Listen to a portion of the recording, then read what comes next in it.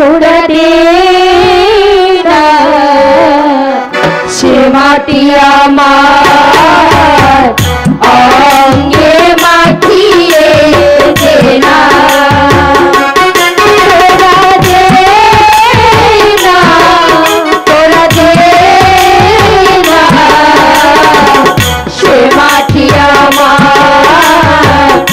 অঙ্গে মাখিয়ে দে না।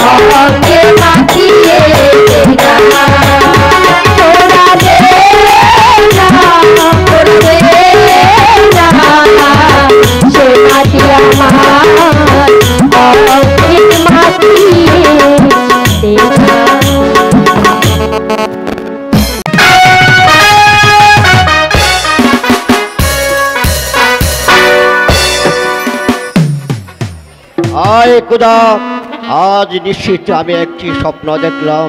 কে যেন আকাশে দাঁড়ি খুলে ডেকে বলছে, আরে তুই শীঘ্র তবে চলে এসো। আমার মনে হয় আমি আর বাঁচব না, মৃত্যু অতি নিকটবর্তী।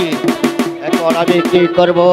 আমার একমাত্র পুত্র নয়নের মণি শিশু কামাল আর এই রূপনগরে সিংহাসন আমি কার হাতে অর্পণ করে যাব? কোথায় বড়ি?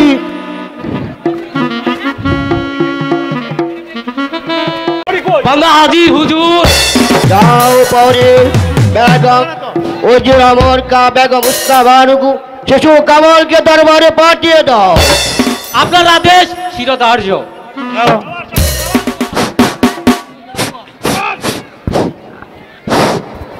স্মরণই করেছেন জাহাপনা। ওজির সাহেব, আজ নিশ্চিত আমি একটি স্বপ্ন দেখলাম।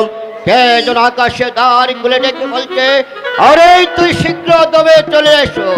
আমার মনে হয় আমি আর বাঁচব না, আমার মৃত্যু অতি নিকটবর্তী।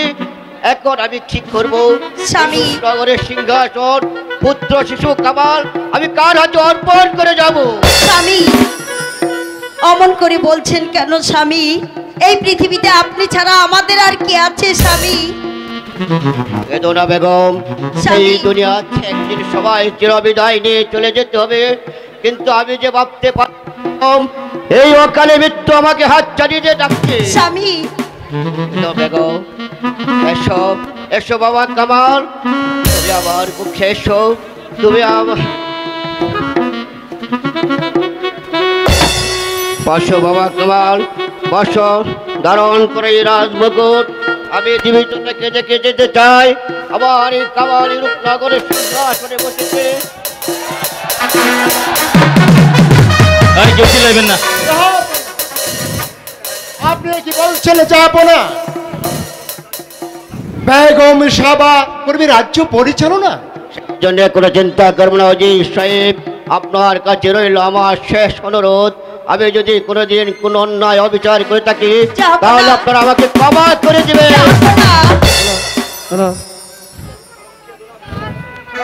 পিতা পিতা,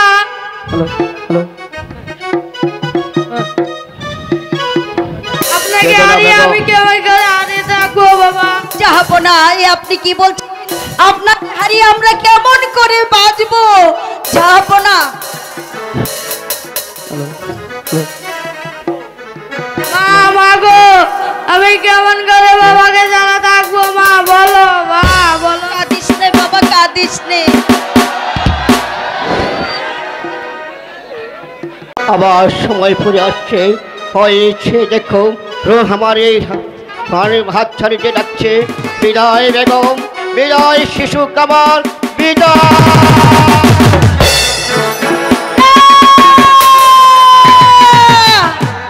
বাবা, তুমি আমাকে ফেলে চলে গিয়ে না বাবা। বাবা, বাবা তুমি উঠো না বাবা, তুমি উঠো বাবা। আপনাকে আমাকে এতিম বানিয়ে চলে যেও না বাবা, তুমি আমাকে এতিম বানিয়ে চলে জওয়ান কেঁদো না, কাঁদবেন না বেগম সাহেবা। চিরদিন তো আর মানুষ এভাবে বেঁচে থাকে না। চলুন কান্নাকাটি না করে জাহাপনার মৃতদেহ নিয়ে দাফন কাফনের ব্যবস্থা করে দিই।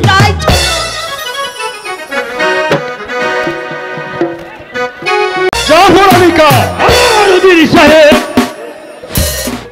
রূপনগরের নবাবের মৃত্যুর পর থেকে বেগম মুস্তাফার রাজ্য পরিচালনা করছে।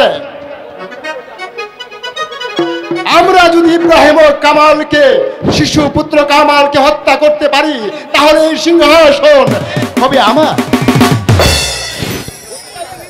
উজির সাহেব, সুযোগ মানুষের জীবনে বারবার আসে না। এই সুযোগ আমরা হেলা হেলা হাত ছাড়া করতে পারি না।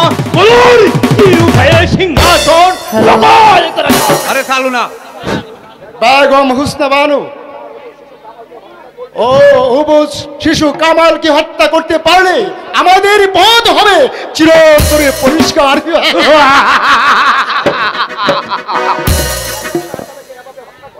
বেগম ও শাহজাহানকে হত্যা করলে রাজ্যে যে একটা বিরাট গুলুজুর সৃষ্টি হতে পারে। না না না, কখনো হতে পারে না। উচিত ইব্রাহিম, তুমি আমাদের কাজে কি বাধা দিতে এসেছো? বাধা দিতে নয়, আমি এসেছি আপনাকে স্মরণ করে দিতে। ভুলে গেছেন সে অতীতের কথা, মনে করে দেখুন। একদিন আপনার পুত্র পরিবার খেতে পাচ্ছে না, ক্ষুধার জ্বালা চটপট করে কাছে রাস্তায় রাস্তায় ঘুরে ফিরেছেন। সেদিন সেনাপতির নবাবকে আপনার সেনাপতি পদ দিয়েছিল, সেদিন আপনাকে আমি ভয় পাবো না, আপনাকে জানছে। ইব্রাহিম, বের হয়ে যাও এখান থেকে। বেশ, তাই যাচ্ছি। তবে যাবার বেলা বলে যাচ্ছে, আপনার যাদের নিয়ে দাসের রাজত্ব চালাচ্ছেন, দুদিন পর সেই রাজত্ব আপনার থাকবে না। সেদিন সেই বুলেট চলে আপনাকে সেই অনুতলে পরিণত হবে। সেদিন রূপনগরকে প্রতিবাদ না করলেও আমি চুপ করে বসে থাকবো না। আমি জীবন দিয়ে হলো তাদেরকে বাঁচাবো। তুমি বেশি বেশি বাড়াবাড়ি করলো তোমাকে রেহাই দেওয়া হবে না। আর সহ্য হচ্ছে জাফরানি খা। চলুন চলুন চলুন তাই চলুন। ওজির সাহেব, আপনি রাজ্য নিয়ে যে চক্রান্ত করতেছেন, সেই চক্রান্ত আপনার বাস্তবে পরিণত হবে না। কারণ আমিও চাই এই রূপনগরের সিংহাসন। তাই তো আমারই নাম কানে কানাই মির্জা মোহাম্মদ জাফর খাঁ। প্রিয় এলাকাবাসী, খোদা, জাহাপনা জাহাপনা আমাকে হ্যালো? একা রেখি এই রাজ্যের ভার আমার হাতে ছেড়ে দিয়ে চলে গেছি। ওগো খোদা মেহেরবান, এই রাজ্য কেমন করে আমি একা একা পরিচালনা করব? ওগো খোদা মেহেরবান, তুমি আমার সহায় থেকো খোদা, তুমি আমার সহায় থেকো। আমার সর্বনাশ হয়েছে বেগম সাহেবা, সর্বনাশ হয়েছে। কি হয়েছে ইব্রাহিম? শীঘ্রই শিশু কামালকে নিয়ে আপনি পালিয়ে যান। কেন, কি হয়েছে? না না ইব্রাহিম, না। আমার স্বামীর গচ্ছিত সিংহাসন ছেড়ে, এই রাজ্য ছেড়ে আমি কিছুতেই চোরের মতো পালিয়ে যাব না। তাহলে কি আপনি যাবেন না? না তাহলে কি আপনি যাবেন না? না। আপনি রূপনগরের শেষ সম্পদটুকু নষ্ট করে দিতে চান? না না না, কামালকে বাঁচতে হবে, কামালকে বাঁচতে হবে। কামালকে নিয়ে আমি এই রাজ্য ছেড়ে চলে যাব। চলে যাবি? কিন্তু আমি কেমন করে থাকবো কামালকে ছেড়ে? না, আমার কামালকে দেব না। না, এসো এসো ভাই কামাল, আমি তোমাকে নিয়ে এই রাজ্য ছেড়ে যাব। না না ইব্রাহিম, না, তুমি আমার কামালকে নিয়ে যেও না। ইব্রাহিম, তুমি আমার কামালকে নিয়ে যেও না। বেগম সাহেবা, এই কি হলো? এই এই ইব্রাহিম আমার কামালকে নিয়ে চলে গেল। ইব্রাহিম, দাঁড়াও, দাঁড়াও। নির্মম হত্যা, শিশু কামালকে হত্যা, ইব্রাহিমকে হত্যা, আর বেগম মুস্তাফাকে হত্যা করতে বলে এই সেনাপতি জাফর খাঁর পদবি একেবারে পরিষ্কার। না, তা হবে না। জাফর আলী খা কেন উজির সাহেব? পালিয়ে গেছে বলে। পালিয়ে গেছে? হ্যাঁ, পালিয়ে গেছে। আশ্চর্য, আমি যে ভাবতেও পারছি না, শত শত পাহারা থাকতে শয়তান ইব্রাহিম শিশু কামালকে নিয়ে কেমন করে পালিয়ে গেল। আমিও তাই ভাবছি। জাফর আলী খা শত প্রহারা থাকতে শিশু কামালকে নিবে, ইব্রাহিম কি করে পালিয়ে গেল? ভুল হয়ে গেছে জাফর আলী খা, ভুল হয়ে গেছে। সেই দিনই ইব্রাহিমকে বন্দী করা আমাদের উচিত ছিল। এই ব্যাপার আপনি নিশ্চিত থাকুন উজির সাহেব, আপনার হুকুম পেলে জামশেদের জন্য অভিচন্ন করে দিতে পারি। তাই তো আমারই নাম মির্জা জাফর খাঁ। আর ওই ব্যাপার আপনি নিশ্চিত থাকেন, এই শয়তান দুটিকে ধরে এনে আপনার চোখের সামনে করব নির্মম হত্যা। জাফর আলী খা, এই শয়তানকে ধরে হেনে নিশ্চয়ই তুমি হত্যা করবে। যদি রূপনগরের সিংহাসনে না পাই, তাহলে রূপনগরে এক প্রান্ত হতে লাগাবো আগুন, আর সে আগুন দাউ দাউ করে চলে পড়ে অন্য প্রান্ত পর্যন্ত পুরো বর্ষ হয়ে যাবে। আর সেই বর্ষ তুমি দাঁড়িয়ে আমি হাসবো, এক পয়সা হাসি, অন্য হাসি। জাফর আলী খা, জামাল, তুমি যেখানে দেখো না কেন রূপ করে মাটিতে তোমাকে তন্ন তন্ন করে পুজো এনে আমার নিজ হাতে করবো নির্মম হত্যা। তাই তো আমার এই নাম মির্জা মোহাম্মদ ইসলামুল কাহ।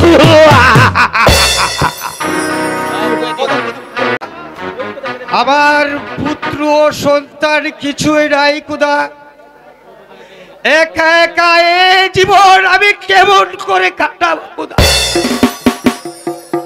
এই তো এই ওই বলে দাও খোদা, তুমি বলে দাও। চাষার বাড়ি কে কে আমাকে নিশি রাত্রে ডাকছে? আমি ইব্রাহিম। ইব্রাহিম আসুন। এই নিশিরাতে গরিবের বাড়িতে কেন এসেছি এই ছেলেটিকে আপনাকে দান করতে। এই যে আমার পরম সৌভাগ্য। নাও ভাই, কিন্তু তার পরিচয় গোপন রাখবে। এই ছেলেকে তোমার ছেলে বলে পরিচয় দেবে। ভাইয়া তুমি আমাকে ফেলে চলে যাবে ভাইয়া। সেই জন্য দুঃখ করো না ভাই, আমি মাঝে মাঝে এসে তোমাকে দেখে যাব। সেই জন্য দুঃখ করো না ভাই, দুঃখ করো না ভাইয়া, আমাকে ফেলে চলে যেও না ভাইয়া। চলো বাবা চলো।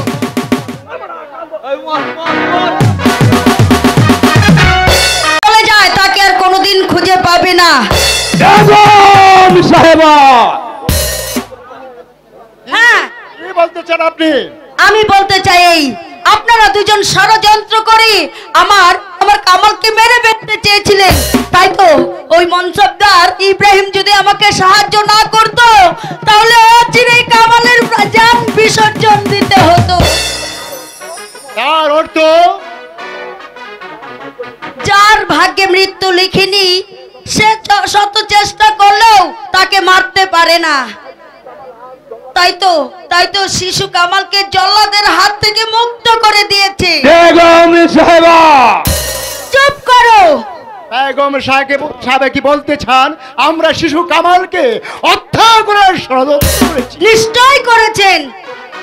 যদি ইব্রাহিম সাহায্য না করত, তাহলে আগে আমার সাথে কামালকে এই পৃথিবী ছেড়ে চলে যেতে হতো। সত্য বেগম সাহেবা। চুপ করো বেঈমানের দল। তোমাদেরকে আমি হারে হারে সিনে মিলেছি, তাই তো ভাবছি তোমাদেরকে আমি কি শাস্তি দিতে পারি।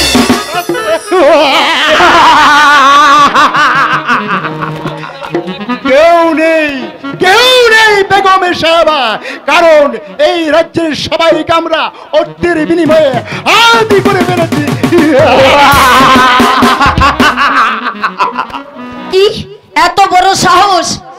আমার বেতনভুক্ত কর্মচারী হই আমাকে বন্দির ভয় দেখায়। এই কে আছিস? বেগম সাহেবা, আপনাকে কেউ সাড়া দিবে না। কোথায় প্রহরী? আদেশ করেন হুজুর। বন্দি করে বেগম সাহেবাকে, তাকে বন্দি করে নিয়ে যাবে অন্ধকারী কারাকক্ষে। হাই খোদা, আজ এই শয়তানদের হাতে আমাকে বন্দী হতে হয়েছে। ওগো খোদা মেহেরবান, তুমি এদের বিচার করো খোদা, তুমি এদের বিচার করো। বেগম সাহেবা অন্ধকার কারাকক্ষে বসে বসে খুদাকে স্মরণ করো। তাই যাচ্ছি শয়তানের দল। এমন একদিন আসবে তোদের পাপের বোঝা শেষ হবে। শয়তানের দল শেষ হবে। সেই দিনটির অপেক্ষায় বসে থাকুন মহারানী, আর আমরা আমাদের কাজ চালিয়ে যাব। চৌধুরী সাহেব, আজ এই আনন্দে উৎসবে বেগম সাহেবকে বন্দি করেছি, তাই আমরা চাই খুব আনন্দ। চৌধুরী সাহেব, এই কে আছিস? বাইজি আর সুরেকে পাশ হাতে পাঠিয়ে দে। তাই করবো জাফালিকা, তাই করবো। এই নাও বাইজিগণ, তোমাদের এনাম। আসো তোমরা। ওজির সাহেব চলুন তন্তপুরে যাই, পরবর্তী আমাদের রাজ দরবারে অনেক কাজ পাইয়াছে। বেগম সাবাকে সেভাবে দরবার থেকে বিদায় করে দিয়ে আমাদের মুস্তাদ দখলই করতে হবে। তাই চলুন ওজির সাহেব। তাই করবো জফলিকা, তাই করবো। পিপিলিকার পাশে ফাঁকা গজাই মরিবার এই তরে ইব্রাহিমের একান্ত মরবার স্বাদ হয়েছে।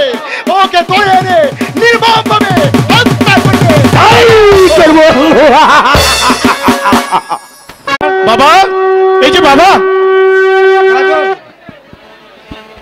তুমি আমাকে চাকছো বাবা? হ্যাঁ বাবা, কেন? তোকে তুই অনেক বড় হয়ে গেছিস, তোকে স্কুলে ভর্তি করার একান্তই প্রয়োজন। সত্যি বলছো বাবা, আমার মনে চাই স্কুলে লেখাপড়া করতে বাবা। তোকে আমি লেখাপড়া শিখিয়ে উচ্চ শিক্ষা শিক্ষিত করে তুলবো বাবা। সত্যি বলছো বাবা? হ্যাঁ বাবা। তাহলে তুমি আমাকে স্কুলে ভর্তি করে দাও। ভালো। ভাই আমার পড়া কি বন্ধ করে দিব? কেউ চিল্লাবেন না প্লিজ। আপনার এদিকে দাঁড়ান, ক্যামেরা এদিকে। আপনার নাম? আমার নাম আয়সতী। আয়সতী, তাহলে আসে শুয়ে পড়ি। এই! আমার নামই আয়সতী। ও, এটা আমার সোনাত বল। আবারও বলছো শোনাত বল, শুনতে ভুল। শুনতে বল, ঠিক আছে এদিকে আসো। এই যে তুমি বলবা দুই ঠ্যাং খাড়া, দুই ঠ্যাং খাড়া। বলতে পারবা তো? এদিকে আসো, এদিকে আসো। এই বললে স্যারের বেশি নাম্বার দিবে তো? আচ্ছা ভালো, তুমি এ প্লাস পাইবা। বাংলাদেশ সরকার মাননীয় প্রধানমন্ত্রী শেখ হাসিনা অনেক নাম্বার দিবে, এ প্লাস পাইবা। তোমার আব্বা আম্মুকে ডেকে নিয়ে মেডেল দিবে, ঠিক আছে? আচ্ছা ঠিক আছে বলো। এই যে দুইটা খাড়া, দুইটা খাড়া, একটা কাইট, একটা কাই, একটার ভিত্তি একটা দুহাই দেশে একটা খাড়া নাই। এটা আবার কিসের পড়া? এটা একেবারে ভালো পড়া, মুখস্থ পড়া। স্যারকে বলবো? হ্যাঁ স্যারকে বলবে, বেশি নাম্বার দিবে। নাম্বার দিবে তো? হ্যাঁ বেশি নাম্বার আচ্ছা দিবে। ঠিক আছে। আচ্ছা এখানে বসো। এই দোস্ত এদিকে আসো। তোমার নাম কি? তোমার নাম কি? মন্টু। মন্টু। আমার নাম জন্টু, ঠিক আছে? তোমাদের বাড়ি কোন জায়গায়? জামশাইদ। তুমি জানো আমি কে? না। আমি কলেজের বুট মাস্টার। আর তুমি কি? আমিও মাস্টার। তুমিও মাস্টার, তুমি এখানে বসো। আচ্ছা আমি গেছে মন্টু বলছে। মন্টু বলেছে? হ্যাঁ। মন্টুর বিচার করব, যথাযথ বিচার করব। এই তোমাকে কি পড়া দিয়েছে? স্যার মন্টু না আমাকে একটা পড়া দিয়েছে। বলো। কয় দেয় তালা, দুইটা লাল, চার আঙ্গুল লম্বা। আর এই কালাম্মা আছে না, পড়াটা বলতে পারছেন, আপনি বসেন। এটা হলো এই যে দেই কালা, বের করে লাল, বাড়ি মারে যখন চার আঙ্গুল লম্বা হয়। এটাও বুঝায় বলতে পারছেন না। এটা কি জানেন? বলো। এটা হলো আমাদের বাজারে, বনগ্রাম বাজারে কামার আছে, কামারের এখানে লোয়া নেয়, ঠিক আছে? আপনিও মনে নেন, আপনার বাপেও নেই, অনেকজনের নেই। এটা কিন্তু দেয় কালা, টান্ড বাইরে লাল। কামারে যখন বাড়িতে যখন 8 আঙ্গুল লম্বা হয় তখন এটা হলো লোয়া।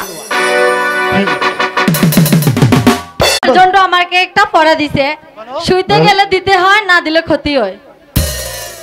এই জন্টু তার এইটা ঘুরে গেল আর কি। এটাও ভালো পড়া, এটাও ঘরের দরজা। শুইতে গেলে দিতে হবে, না হলে ক্ষতি হবে, না হলে ছুঁড়ে সব নিয়ে যাবে। আর কি মুখস্থ পড়া আছে বলবো? বলো। এই তো, কুকন থাকে পারি, কুকন মোদের কারে বাড়ি, আইলে কুকন গড়িয়া তারে বউটু কারে কা। পড়ো পড়ো, সবাই পড়ো। এই সবাই বসো বসো বসো, পড়ো সবাই পড়ো, পড়ো পড়ো সবাই পড়ো। মাস্টার সাহেব, মাস্টার সাহেব, আমি কি আপনার স্কুলে আসতে পারি? হ্যাঁ আসুন। আমি এসেছি আমার ছেলেকে ভর্তি করার জন্য। বেশ ভালো কথা। আমার স্কুলে ভর্তির ফিস ও মাসির আমার কাছে যে তো টাকা নেই, আমি আপনাকে পরে দিয়ে দিব। তা হবে না, বাকির কারবার এখানে নেই।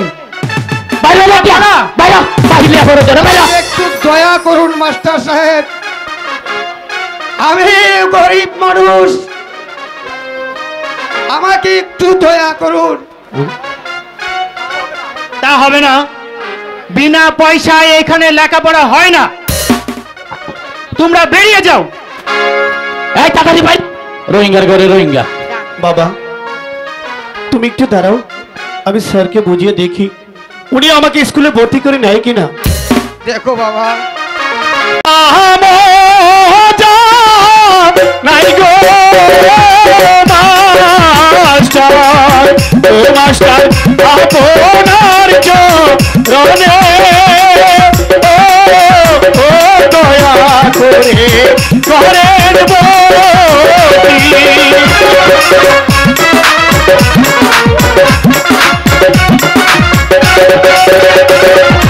এই স্কুলে লিখতে পড়তে ও মাস্টার মনের সাদ জাগে, ও দয়া করে করেন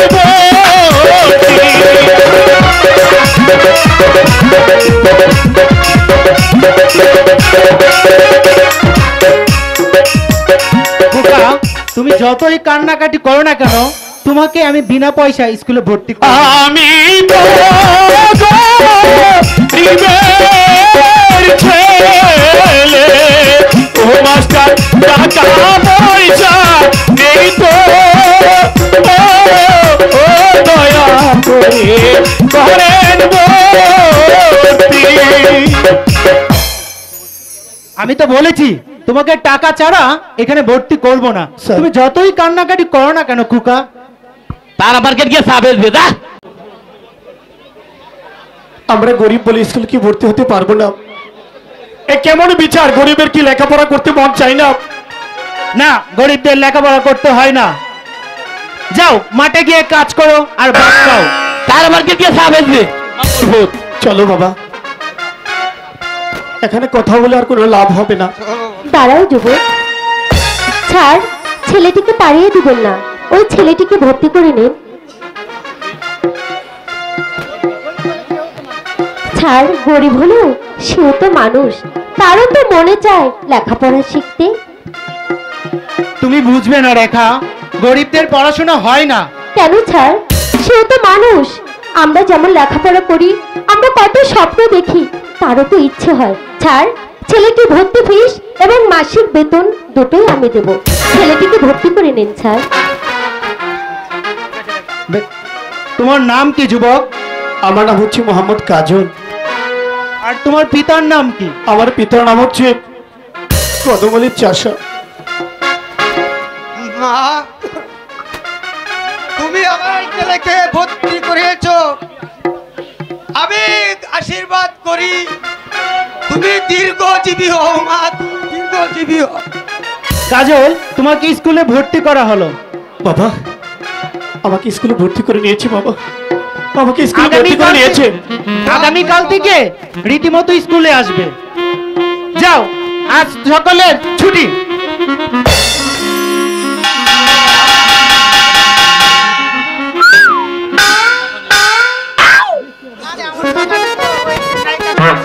এ দোস্ত, চলো বাড়িতে চলে যাই। ছিল এ দোস্ত, এই যে আহে রে, তোমার কি ভালো লাগছে? আমাদের স্কুল তোমার কাছে ভালো লাগছে? অনেক অনেক ভালো লেগে। তাহলে এই যে এই চ্যানেলের দিকে আসো। আমাদের দেশ হলো বাংলাদেশ বিজয় মাস, তাই আমাদের স্কুলে যখন তুমি ভর্তি হয়েছো, এই ভর্তি হবার সুবাসে তুমি আমাদের ডিআইজি সাহেব আকন্দ উনি নৌকা মার্কা একটা মার্কা পেয়েছেন এবং জননেত্রী শেখ হাসিনা তাকে দিয়েছে। তাই একটি গান তুমি গাও তো দেখি দোস্ত, বঙ্গবন্ধুর গান।